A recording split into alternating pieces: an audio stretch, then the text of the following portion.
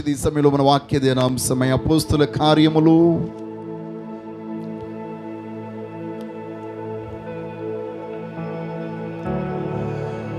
4వ అధ్యాయము 33వ వచనాన్ని చదువుకుందాం. ఇదియోగాక అపోస్తులు బహుబలముగా ప్రభువైన యేసు పునరుత్థానమును గూర్చి సాక్ష్యమిచ్చిరి. దైవ కృప అందరి యందు అధికముగా ఉండెను. చదవబడినటువంటి లేఖనములో నుండి దేవుడు మనతో మాట్లాడును గాక. ఆమేన్, హల్లెలూయా. ప్రియమైన బిడ్డలారా, ఈ పునరుత్థాన దినమందు సర్వాధికారైన దేవుడు మనందరి జీవితంలో ఒక నూతన కార్యము జరుగునుగాక. ఈ కార్యమును వీక్షిస్తున్న వారందరికీ కూడా పునరుత్థాన దినపు శుభాకాంక్షలు నేను తెలియజేస్తూ ఉన్నాను. ఈరోజు ప్రభు యొక్క సన్నిధిలో ప్రియమైన బిడ్డలారా, చాలామంది ఇన్ని వేల సంవత్సరాలు అయిపోయినప్పటికీ ఇంకా యేసు క్రీస్తు వారు పునరుత్థానుడు అయ్యాడా లేదా అనే సందిగ్ధంలో కొంతమంది ఉన్నారు. చాలామంది అయితే అసలు యేసు ప్రభువే లేడు అనేటువంటి భావాలతో ఉన్నటువంటి వారు ఉన్నారు. ప్రియమైన బిడ్డలారా, చాలామంది యేసు క్రీస్తు వారి యొక్క పునరుత్థానాన్ని గూర్చియు, యేసు క్రీస్తు వారి యొక్క జన్మాన్ని గూర్చియు, ఆయన యొక్క పుట్టు పూర్వత్రాల గురించియు ఎన్నో రీసెర్చ్లు చేశారు. కొంతమంది సైంటిస్టులు సహితం రీసెర్చ్ చేసి వారందరూ క్రీస్తు బిడ్డలుగా మారిపోయారు. దేవునికి స్తోత్రం కలుగునుగా. హల్లెలూయా. కారణమేమనగా, వారు రీసెర్చ్ చేస్తున్నప్పుడు వారిలో కొంతమందికి కలిగినటువంటి ఆ యొక్క గొప్ప మేల్కొల్పు ప్రత్యక్షత ఏమనగా, వారికి సృష్టికర్త అయినటువంటి జీవము కలిగిన దేవుడి లోకానికి వచ్చాడు. ఆయన ఈ లోకములో సమస్త మానవాళి కొరకు ప్రాణము పెట్టి ఉన్నాడు. ఆయన ప్రాణం పెట్టి అన్నాడు అనడానికి అనేకమైన సాక్ష్యాలు, రుజువులు ఉన్నాయని పరిశీలన చేసినటువంటి వారందరూ కూడా ఆ రుజువులన్నీ ఓకే అయిన తర్వాత వారి ప్రభువుని నమ్ముకున్నారు. దేవునికి స్తోత్రం కలుగునుగా. హల్లెలూయా. ప్రియమైన వాళ్ళేరా, అలాగా రీసెర్చ్ చేసినటువంటి వారిలో చాలా మంది ఉన్నారు. వారిలో కొంతమంది హబిర్మాస్ అనేటువంటి ఒక సైంటిస్ట్, లేక ఒక రీసెర్చ్ చేసేటువంటి ఒక స్కాలర్, వేదాంతి, తాను చాలా విషయాలను పరిశీలన చేసేటండి.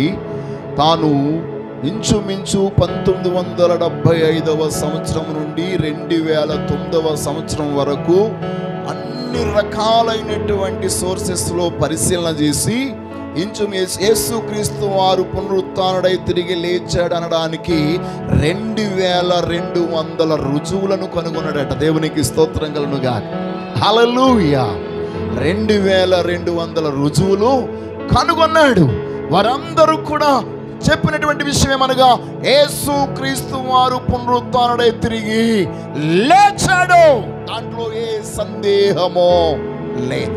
నెంబర్ 1, దానికి రుజువులు ఏంటి ఏమనగా, చరిత్రను పరిశీలించినప్పుడు చరిత్రకారులందరూ రాసినటువంటి విషయాల్లో అరిమతయి యోసేపు యొక్క సమాధిని యేసు క్రీస్తు వారి కొరకు తాను ఇచ్చి ఉన్నాడు. అరిమతయి యోసేపు ఉన్నాడా లేడా అని పరిశీలన వాళ్ళు చేశారు. తన వంశావళిని పరిశీలన చేసినప్పుడు అరిమతయి యోసేపు ఉన్నాడు. తను ఉన్నతమైన స్థానంలో సమాజంలో గొప్పవాడు కాబట్టి ఆ సమాధి పరిశీలన చేసినప్పుడు ఈ లోకములో ఉన్నటువంటి సమాధులన్నిటినీ పరిశీలించారు. ఈ సమాధిని పరిశీలన చేశారు. ప్రియమైన బిడ్డలారా, అన్ని సమాధుల్లో ఏమున్నాయి? ఎముకలు ఉన్నాయి. కానీ ఈ ఒక్క సమాధిలోనే ఖాళీగా ఉంది. దేవునికి స్తోత్రం కలుగునుగాక. హల్లెలూయా. అందుకొరకే యేసు క్రీస్తు వారు పునరుత్థానుడై తిరిగి లేచాడు. రెండవ కారణం ఏమనగా, చాలా మంది ఆ కాలంలో చెప్పారు ఏంటంటే, యేసు క్రీస్తు వారిని ఎవరో ఎత్తుకెళ్ళిపోయారు, ఎక్కడికో ఎత్తుకెళ్ళిపోయారు అన్నారు. ఎవరన్నా ఎత్తుకెళ్ళిపోతే ఎన్ని రోజులు దాస్తారండి? ఎంతకాలం దాయగలరు? అది కూడా డెడ్ బాడీని తీసుకెళ్ళిపోయి ఎంతకాలం దాయగలం? స్మెల్ వచ్చేస్తుంది కదా, కంపు కొట్టేస్తుంది కదా. కంపు కొట్టేసినటువంటి శవాన్ని ఎవరు కూడా దాచుకోలేరు కదా, మరొక చోట ఎక్కడన్నా పాతి పెడతారు కదా. అందుకొరకే మొత్తం అన్ని ప్రాంతాలు త్రవ్వి చూశారు. ఎక్కడ చూసినా వారు కనుగొనలేకపోయారు. కాబట్టి ఆయన తిరిగి లేచాడు. దేవునికి స్తోత్ర. మూడవ రుజువు ఏమనగా, యేసుక్రీస్తు వారి భూమి మీద ఉన్నటువంటి కాలమందు ఆయన శిష్యులందరితో చెప్పాడు, నేను 3వ దినాన తిరిగి లేస్తానని అందరితో చెప్పాడు.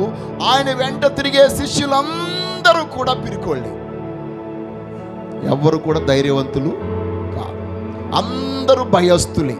గొప్ప భయముతో ఉన్నటువంటి ఈ యొక్క శిష్యులందరూ కూడా పునరుత్థానము ద్వారా వారందరూ ఏం చేయబడ్డారు?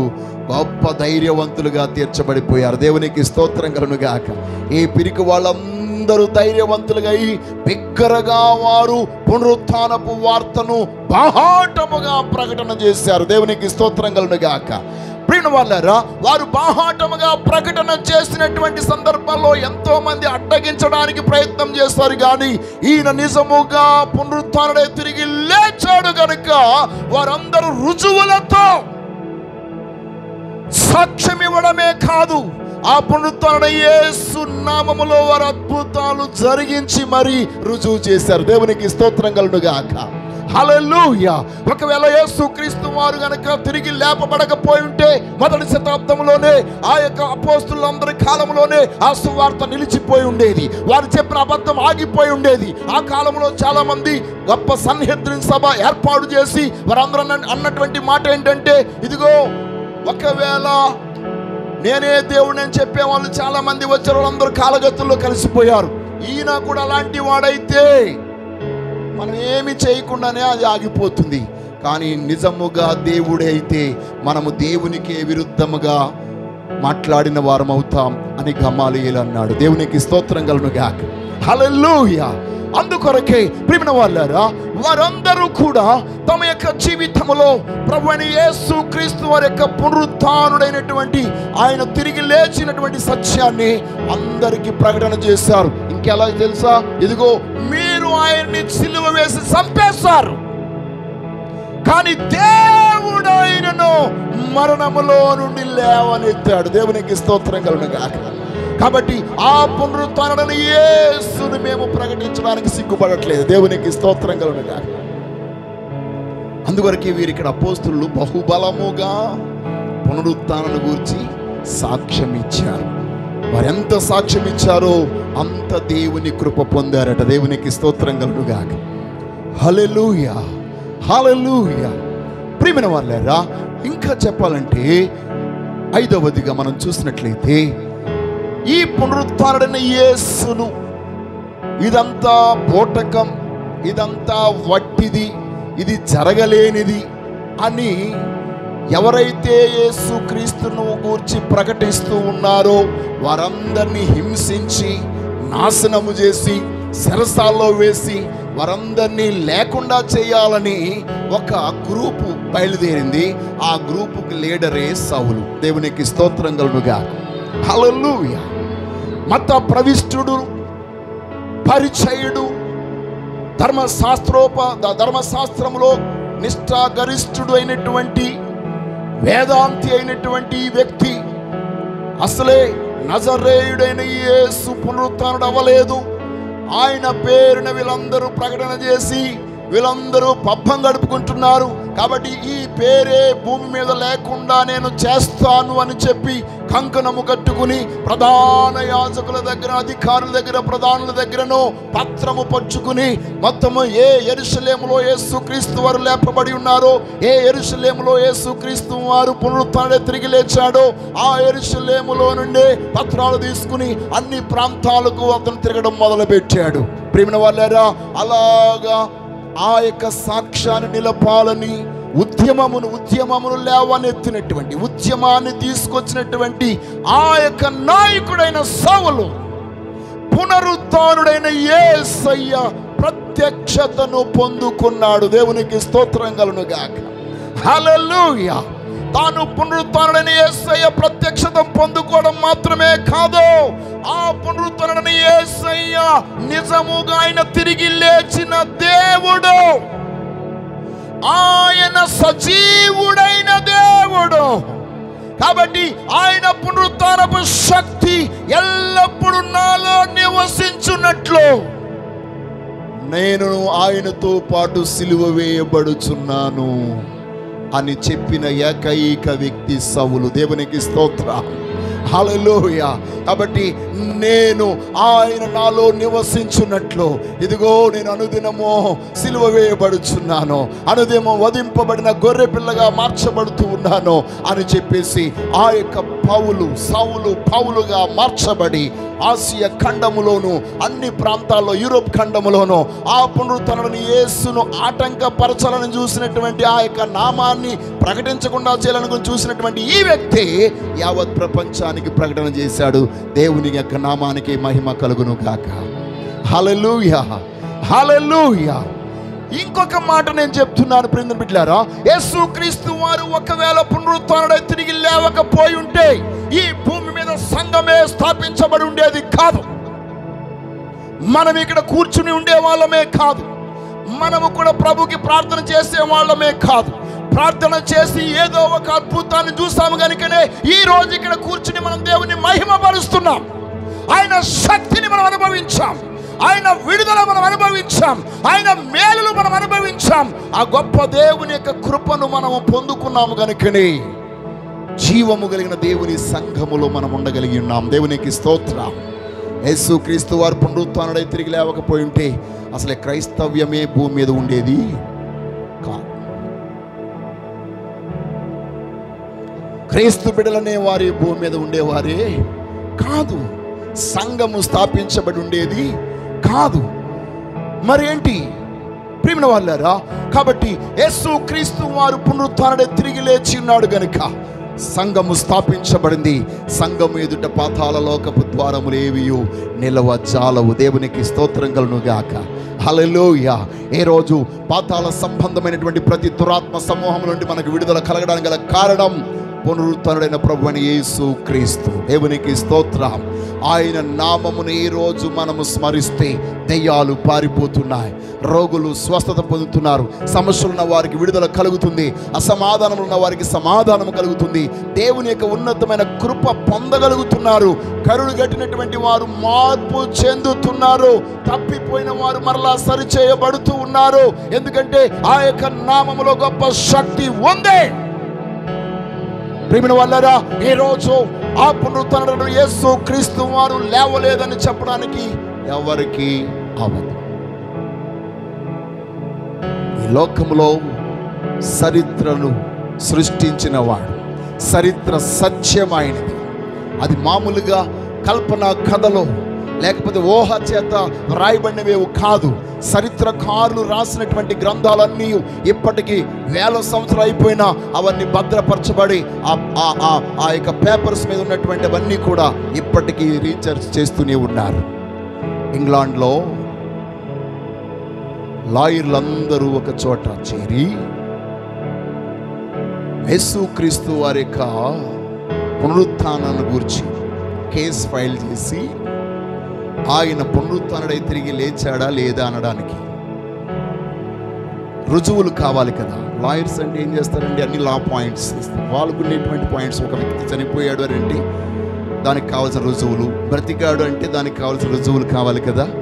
అవన్నిటినీ వారు పరిశీలన చేసి వాళ్ళందరూ కూడా యేసు ప్రభు లేవలేదని చెప్పాలనుకున్నారట. కానీ మోకమ్మడిగా వారందరూ ఆయన సజీవుడై తిరిగి లేచాడని ప్రభువైన యేసుక్రీస్తు వారికి సర్టిఫికెట్ ఇచ్చారు. దేవునికి స్తోత్రం. హల్లెలూయా. కాబట్టి ఈ రోజు ఆ పునరుత్థానుడైన యేసుక్రీస్తు వారు మన మధ్య ఉన్నాడు. ఈ రోజు నీవు విశ్వాసము కలిగిన వ్యక్తిగా ఉంటే ఆ పునరుత్థానుడైన యేసయ్యను నువ్వు చూడగలుగుతావు. దేవునికి స్తోత్రం కలుగును గాక. ప్రియమైన వాళ్ళారా, స్వయాన ప్రభు వారు చెప్పినటువంటి మాట యోహాను సువార్త 11:25 మనం చూసినట్లయితే, పునరుత్థానమును జీవమును నేనే, నా యందు విశ్వాసం ఉంచిన వాడు చనిపోయినను బ్రతుకును, బ్రతికి నా యందు విశ్వాసం ఉంచువాడు ప్రతి వాడు ఎన్నటికి చనిపోడు. దేవునికి స్తోత్రం కలుగును గాక. ప్రియమైన బిడ్డలారా, యేసుక్రీస్తు వారు పునరుత్థానుడై తిరిగి లేచాడు గనుకనే ఈ లోకంలో ఉన్న సమస్త మానవాళికి మరలా పునరుత్థానమయ్యే అవకాశం ఉందని తెలిసింది. దేవునికి స్తోత్రం. ప్రియమైన వాళ్ళారా, ఆయన తిరిగి లేవకపోతే ఏ మానవుడికి లేవడానికి అవకాశం లేదు. కాబట్టి ఆ ప్రభువైన యేసుక్రీస్తు వారు పునరుత్థానుడై తిరిగి లేచుట వలన మన యొక్క జీవితంలో అనేకమైన మేలులు మనం పొందుకుంటున్నాం. దేవునికి స్తోత్రం కలుగును గాక. హల్లెలూయా. దేని బిడ్డలారా, ఏ కార్యమైనా జరగాలంటే దేనితో జరుగుతుంది? విశ్వాసులైన మనకి ఏ కార్యమైనా జరగాలంటే ఎలా జరుగుతుంది? విశ్వాసం ద్వారా జరుగుతుంది. నువ్వు ప్రార్థన చేయాలన్నా విశ్వాసం ఉంటేనే నీ ప్రార్థన చేయలేకపోతే, అంటే విశ్వాసం లేకపోతే ప్రార్థన లేదు, విశ్వాసం లేకపోతే వాక్యం చదవం, విశ్వాసం లేకపోతే చర్చికి రాము, విశ్వాసం లేకపోతే ఆరాధించం, విశ్వాసం లేకపోతే ఆయనకి ప్రార్థనే చేయం, రొక్కం. అన్నిటికీ మూలమేది? విశ్వాసం. ఈ విశ్వాసాన్ని కలిగించింది ఏది? యేసుక్రీస్తు వారి యొక్క పునరుత్థానం. ఒకవేళ యేసుక్రీస్తు వారు గనక పునరుత్థానుడై తిరిగి లేవకపోయి ఉంటే విశ్వసిస్తున్న మనందరి విశ్వాసము కూడా వ్యర్థమైపోయి ఉండేది. దేవునికి స్తోత్రం కలుగును గాక. కానీ ఆయన పునరుత్థానుడై తిరిగి లేచాడు. అందుకొరకే కొరింథీయులకు రాసిన మొదటి పత్రిక 15వ అధ్యాయము 16వ వచనంలో మనం చూస్తాము, మృతులు లేపబడని ఎడల క్రీస్తు కూడా లేపబడలేదు, క్రీస్తు లేపబడని ఎడల మీ విశ్వాసము వ్యర్థమే, మీరింకను పాపములోనే ఉన్నారు. దేవునికి స్తోత్రం కలుగును గాక. హల్లెలూయా. ప్రియమైన బిడ్డలారా, ఈ యొక్క వాక్య భాగంలో మనం చూసినట్లయితే మన యొక్క జీవితంలో మనము గనక యేసుక్రీస్తు వారు గనక పునరుత్థానుడై తిరిగి లేవలేదని విశ్వసించకపోతే, లేకపోతే ఆయన లేపబడకపోతే మన విశ్వాసమే వ్యర్థమైపోతుంది. విశ్వాసం వ్యర్థమైపోతే ఏమైపోతుంది? మనం నశించిపోతాం, నరకానికి వెళ్ళిపోతాం, లేక నాశనమైపోతాం. ఇంతకాలం మనం విశ్వసించి ఆయన వెంబడించినంత వృధా అయిపోతుంది. కానీ ఆయన పునరుత్థానుడై తిరిగి లేచినాడు. అందుకని 20వ వచనంలో అంటాడు కదా, ఇప్పుడైతే నిద్రించిన వారిలో ప్రథమ ఫలముగా క్రీస్తు మృతులలో నుండి లేపబడి ఉన్నాడు. దేవునికి స్తోత్రం. 21వ వచనంకి అద్భుతమైన మాట అంటున్నాడు కదా, మనుష్యుని ద్వారా మరణము వచ్చెను గనుక మనుష్యుని ద్వారా మృతుల పునరుత్థానము కలిగెను. అంటే ఆదాము వలన మరణం ఈ లోకములోనికి ప్రవేశించింది. పాపము వలన వచ్చు జీతం మరణము గనుక, ఆజ్ఞాతిక్రమము పాపము గనుక, ఆ పాపము చేసినటువంటి ఆదాము అందరికీ పాపమును సంప్రాప్త కలగజేసి అందరి జీవితాల్లో మరణాన్ని ఏలుబడి చేసేలా చేశాడు గనుక ఆ మరణము అందరి మీద ఏలుబడి చేయుచుండగా యేసుక్రీస్తు అనే మనుష్యుని ద్వారా మృతుల పునరుత్థానము కలిగేను. నమ్మిన వారందరూ చప్పట్లు కొట్టి దేవునికి స్తోత్రం చెల్లిద్దాం. హల్లెలూయా, హల్లెలూయా. కాబట్టి ఈ రోజు ఈ యొక్క భౌతిక దేహంలో 60-70 సంవత్సరాలు బ్రతికి చచ్చిపోయినా నేను మరలా పునరుత్థానుడై తిరిగి లేస్తాను అనే నమ్మకం నాకుంది. కారణం ఏంటి? నా యేసుక్రీస్తు పునరుత్థానుడై తిరిగి లేచాడు. మన యొక్క పూర్వీకులందరూ, మన తాత ముత్తాతలందరూ ప్రభువైన యేసుక్రీస్తునందు విశ్వాసం ఉంచి చనిపోయిన వారందరినీ మనం మరలా పునరుత్థానమందు తిరిగి చూడబోతున్నాం. దేవునికి స్తోత్రం. వారు మాత్రమే కాదు, ఈ లోకములో ఉన్న వారందరూ తిరిగి లేస్తారు. ప్రభువుని నమ్ముకున్న వారు మాత్రమే కాదు, కానీ ప్రభువుని నమ్ముకున్న వారు మొదట లేస్తారు. రెండవ తీర్పు కొరకై పునరుత్థానంలో తిరిగి లేచేవారు ఉన్నారు, వారందరూ కూడా లేస్తారు. అయితే మరలా వారికి శిక్ష విధించబడుతుంది, మనకైతే నిత్య జీవం అనుగ్రహించబడుతుంది. దేవునికి స్తోత్రం కలుగును గాక. హల్లెలూయా. కాబట్టి ప్రియమైన బిడ్డలారా, ఈరోజు యేసుక్రీస్తు వారి యొక్క పునరుత్థానపు శక్తిని మనము పొందడం కొరకై మనము ప్రభు యొక్క సముఖంలో అప్పగించుకుందాం. దేవునికి స్తోత్రం కలుగును గాక. ఒకవేళ చాలా మంది అనొచ్చు, యేసుక్రీస్తు వారు చనిపోయి 2000 సంవత్సరాలు అయింది, ఇప్పటికీ ఆయన యొక్క శల్యంలో ఎక్కడ ఉంటాయని చెప్పేసి అనుకోవచ్చు. అలాగైతే ఎప్పుడు 5000 సంవత్సరాల క్రితం 4000 సంవత్సరాల క్రితం కట్టబడినటువంటి పిరమిడ్స్లో ఇప్పటికీ వారి యొక్క శల్యములు ఉన్నాయి కదా, వారి ఎముకలు ఉన్నాయి కదా, అవి దొరికినప్పుడు ఇది ఎందుకు దొరకదు? ఈ లోకంలో ఉన్నటువంటి గొప్ప గొప్ప మహానుభావులు అనుకునే వారందరూ వచ్చి చనిపోయినటువంటి వారందరి సమాధులు ఈ భూమి మీద ఉన్నాయి. కానీ సమాధి ఉండి తెరవబడింది మాత్రం ప్రభువైన యేసుక్రీస్తు ఒక్కటి మాత్రమే. దేవునికి స్తోత్రం. హల్లెలూయా, హల్లెలూయా. కాబట్టి ప్రియమైన బిడ్డలారా, ఈ రోజు మనందరం మన యొక్క జీవితంలో నిజముగా విశ్వసించినట్లయితే ఇప్పుడే ఆ క్రీస్తును లేపినటువంటి ఆత్మ మనందరిలోనికి ప్రవేశించి సావునకు లోనైన ఈ శరీరాన్ని బలపరిచి, రోగగ్రస్తమైన ఈ శరీరము, బలహీనమైన ఈ శరీరము, అన్నిటికీ తొందరపడే ఈ శరీరము, అన్నిటికీ తొందరపాటు నిర్ణయాలు తీసుకునే ఈ శరీరము క్రీస్తు యొక్క పునరుత్థానపు శక్తి ద్వారా నూతన బలం పొందుకుంటుంది. దేవునికి స్తోత్రం. హల్లెలూయా, హల్లెలూయా, హల్లెలూయా. అందుకొరకే యేసుక్రీస్తు వారు పునరుత్థానుడై తిరిగి లేవలేదని చెప్పిన పౌలు ఆ పునరుత్థాన బలమేంటో ఎరుగు నిమిత్తము సమస్తాన్ని పెంటతో సమానముగా ఎంచుకున్నాడట, నష్టపరుచుకున్నాడట. దేవునికి స్తోత్రం కలుగునుగాక. హల్లెలూయా.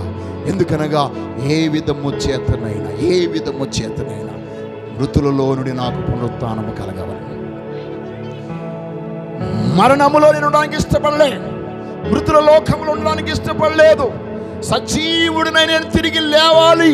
కాబట్టి ఆయనలాగా నేను మరలా తిరిగి లేపబడినట్లు ఆ పునరుత్థానపు శక్తి ఏంటో ఎరుగు నిమిత్తము అనుకున్న సమస్తాన్ని నష్టపరిచి. ఈరోజు నీకు పునరుత్థానపు శక్తి ఏంటో తెలియాలంటే నీ జ్ఞానం, నీ సంపద, నీ శక్తి, నీ బలం అన్ని పక్కన పెడితేనే ఆ పునరుత్థానపు శక్తి నీకు తెలుస్తుంది. దేవునికి స్తోత్రం. వాటిని కలిగి ఉండి దేవుని శక్తి నాకు కనపరచు, చూపించంటే ఏమీ కనపడదు. ఎందుకంటే నువ్వు ఆల్రెడీ శక్తి మీద ఆధారపడ్డావు. ధనబలం మీద, పదవీ బలం మీద, వస్తు బలం మీద, స్థాన బలం మీద నువ్వు ఉన్నావు. కానీ అవన్నీ ఎప్పుడైతే నువ్వు తీస్తావో అప్పుడు నీకు అర్థమవుతుంది ఆయన పునరుత్థానపు శక్తి ఏంటో. దేవునికి స్తోత్రం. హల్లెలూయా, హల్లెలూయా. కాబట్టి ప్రియమైన బిడ్డలారా, ఏ రోజు అపోస్తులందరూ అంత బహుబలముగా పునరుత్థానము గురించి సాక్ష్యం ఇవ్వడానికి గల కారణమేమనగా వారి కనులు చూచాయి, వారి చేతులు స్పృశించాయి, వారి యొక్క చెవులు ఆయన మాటలు విన్నాయి. అంతేకాదు పునరుత్థానుడై తిరిగి లేచినటువంటి యేసుక్రీస్తు వారు ఆ మగ్దలేని మరియకు కనబడ్డాడు, పేతురుకి కనబడ్డాడు, యోహానుకి కనబడ్డాడు, 5 శిష్యులకు కనబడ్డాడు, తర్వాత 7 కనబడ్డాడు, తర్వాత 11 మందికి కనబడ్డాడు, తర్వాత 500 మందికి కనబడ్డాడు. ఆ తర్వాత అందరితో కూడా ఆయన సంభాషించడమే కాదు, 40 దినాలు, 1 రోజు 2 రోజులు కాదండి. ఒకవేళ 3 రోజులు కనబడకపోతే, కనిపించి వెళ్ళిపోతే వీళ్ళంతా డూబ్ అనుకోవచ్చు. ఎన్ని దినాలు కనిపించేటట్నైనా 40 దినాలు కనబడి అందరూ చూస్తుండగానే, శిష్యులను అందరూ చూస్తుండగానే వారి కనుల ఎదుటిని ఆయన ఒలీవల కొండ అనబడినటువంటి ఆ స్థలము నుండి ఆరోహణమయ్యాడు. అదే రీతిలో మళ్ళీ అదే కొండ మీదకి ఆయన తిరిగి రానయ్యున్నాడు. దేవునికి స్తోత్రం కలుగునుగాక. హల్లెలూయా, హల్లెలూయా.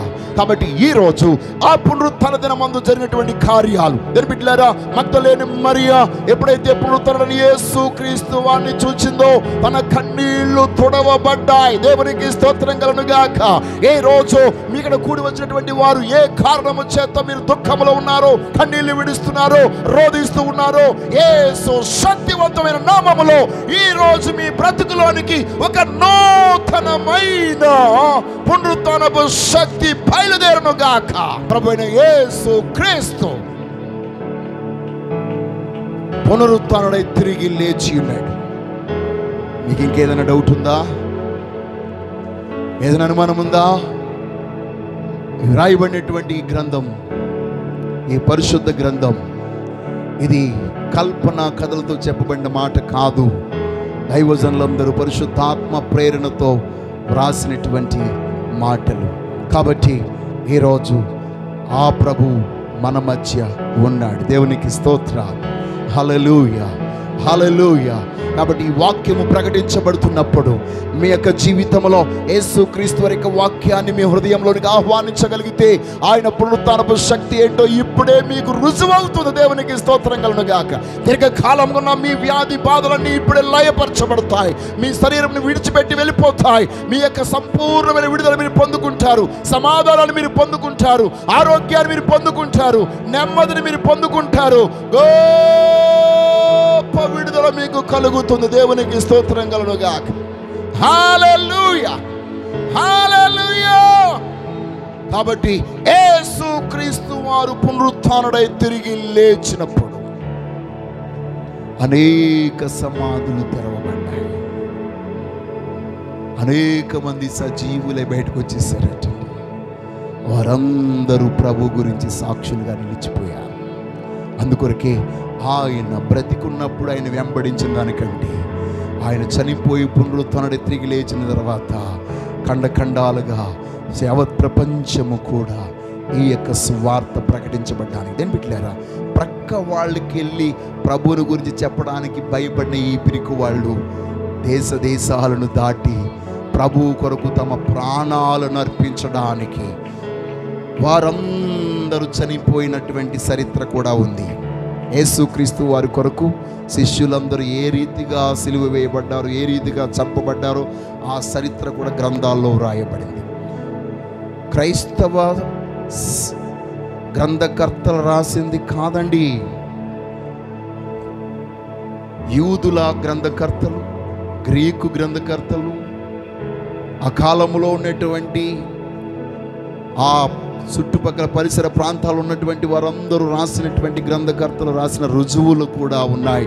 వారందరూ చెప్పారు, ఇదిగో యేసు అనేటువంటి ఆయన వచ్చి చనిపోయి పునరుత్థానుడై తిరిగి లేచాడు. దేవునికి స్తోత్రం.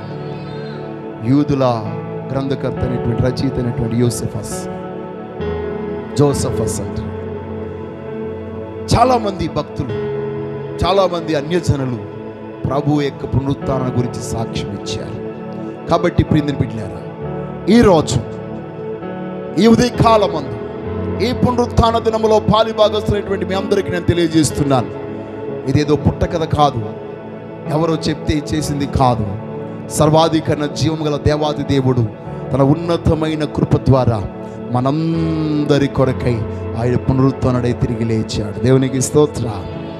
ఈ పునరుత్థానాన్ని జరపకుండా చేయడానికి దుష్టుడు ఎన్ని రకాలైనటువంటి కుతంత్రాలు పెట్టించాడు తెలుసండి.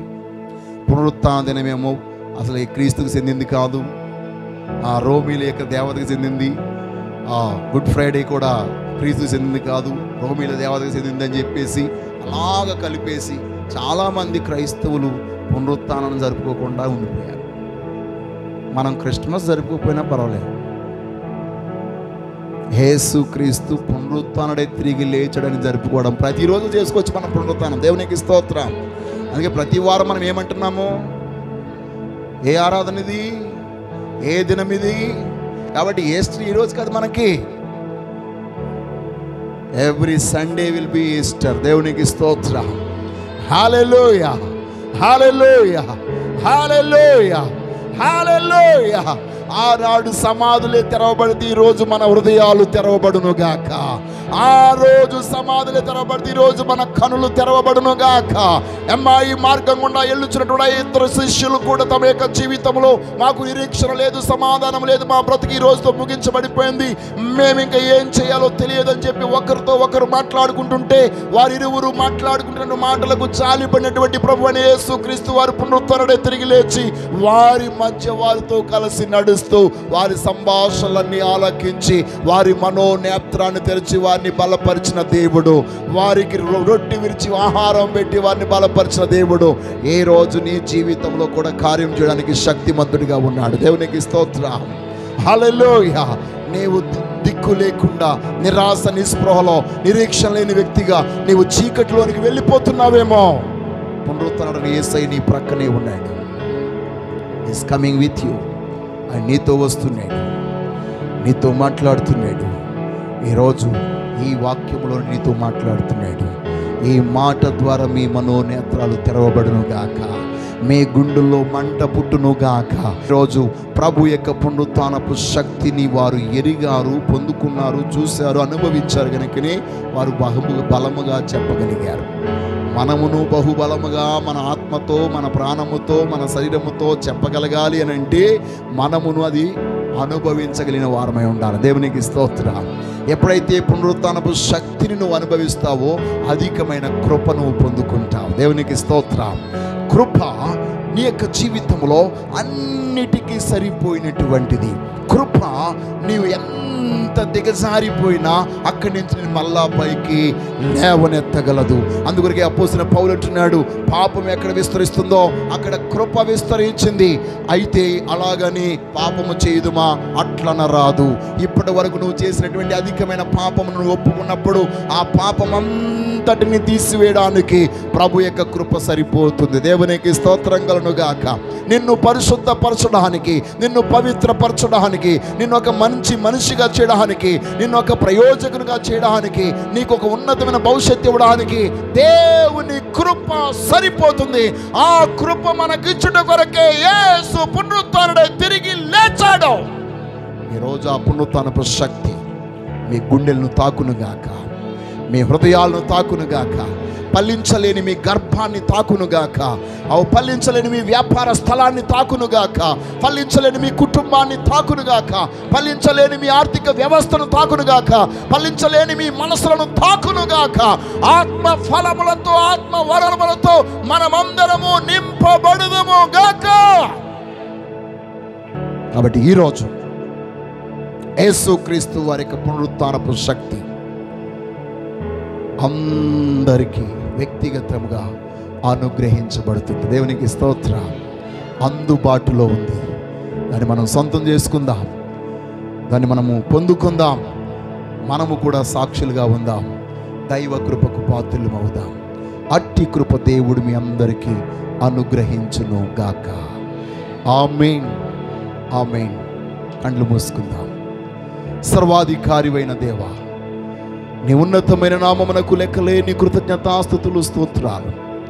ఎంతవరకు నీ సన్నిధిలో నీ పునరుత్థానపు మాటలు మీరు మాకు అందించినందుకు వందనాలు దేవా. ఈ మాటలు విన్న ప్రతి ఒక్కరి యొక్క జీవితాల్లో ఒక నూతనమైన కార్యము జరుగునుగాక, ఒక అద్భుతమైన కార్యము జరుగునుగాక. నీ మేలు చేత నీ బిడ్డలు నింపబడి నీ పునరుత్థానపు దీవెనలతో, ఆశీర్వాదాలతో, మేలులతో నింపబడి నీ కృపకు పాత్రులగునట్లు సహాయము చేయమని యేసుక్రీస్తు శ్రేష్టమైన నామములో ప్రార్థిస్తున్నాము తండ్రి. ఆమేన్.